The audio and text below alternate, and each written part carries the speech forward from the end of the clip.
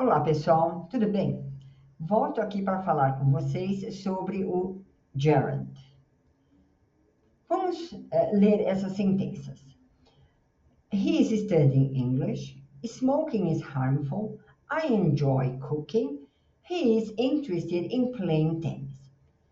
Então, aqui nós vemos o verbo no ing. Você pode pensar que tudo isso aqui é gerúndio, né? Então, se é gerúndio, é quando o verbo está no ing e significa ação. Isso não é verdade. Tá? Vamos conversar sobre o real uso e o real significado do gerúndio e dessa ideia do verbo em movimento, denotando a ação. Então, no primeiro momento, nós vamos aqui analisar esta sentença. He is studying English. Nós temos aqui uma estrutura. Então, a estrutura, ela é vista como um subject, tem um verbo, um sujeito, então, que é o he, tem um verb to be, sempre o verbo to be, que neste caso é o is, e tem o present participle of the verb. O que é um present participle of the verb? É quando o verbo leva ing. Então, quando você colocar todos esses elementos juntos, numa sequência linear, né, e formar uma sentença, você está passando a ideia de que uma ação está acontecendo neste presente momento. Mas é necessário preencher os requerimentos da estrutura, certo? Vamos para um outro, vamos comparar com uma outra frase. Olha, quando você tem smoking is harmful, neste caso, nós temos um gerund. E o que é um gerund? Um gerund, ele é um verbal noun. Ele, na verdade, na sentença, ele atua como um substantivo. Então, neste caso, ele atua como sujeito. Aqui não tem nada a ver com ação. A natureza dele é verbo, mas ele, na sentença, atua como substantivo. Então, se você quiser entender, tá? Mas como é que seria isso no português? Você teria que entender desta maneira. É o ato de fumar é prejudicial, tá? Vamos para um próximo exemplo. Olha esse aqui. I enjoy cooking. Quando o enjoy é o verbo. Quando eu faço uma pergunta para o verbo enjoy what? O que eu encontro? Você encontra o objeto deste verbo.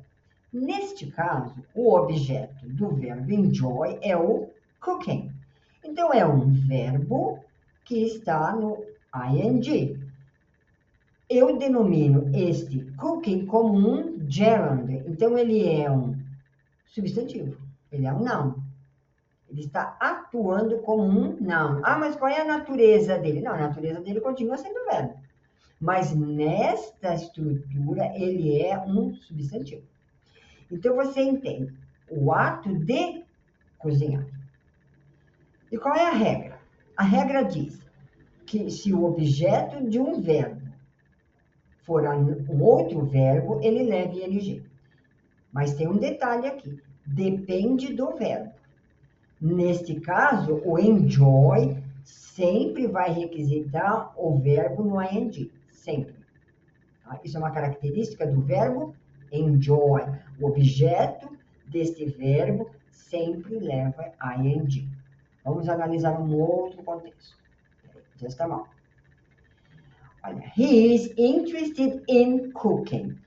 Agora, nós vamos fazer a pergunta para a preposição in. É a mesma ideia. Quando eu faço he is interested in what?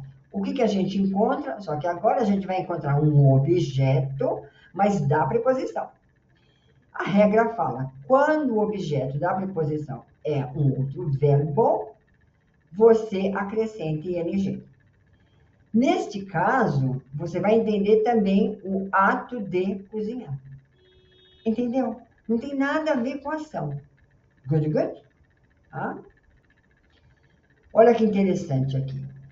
Lá atrás, nós vimos que eu poderia usar como sujeito smoking is harmful, né? Como sujeito.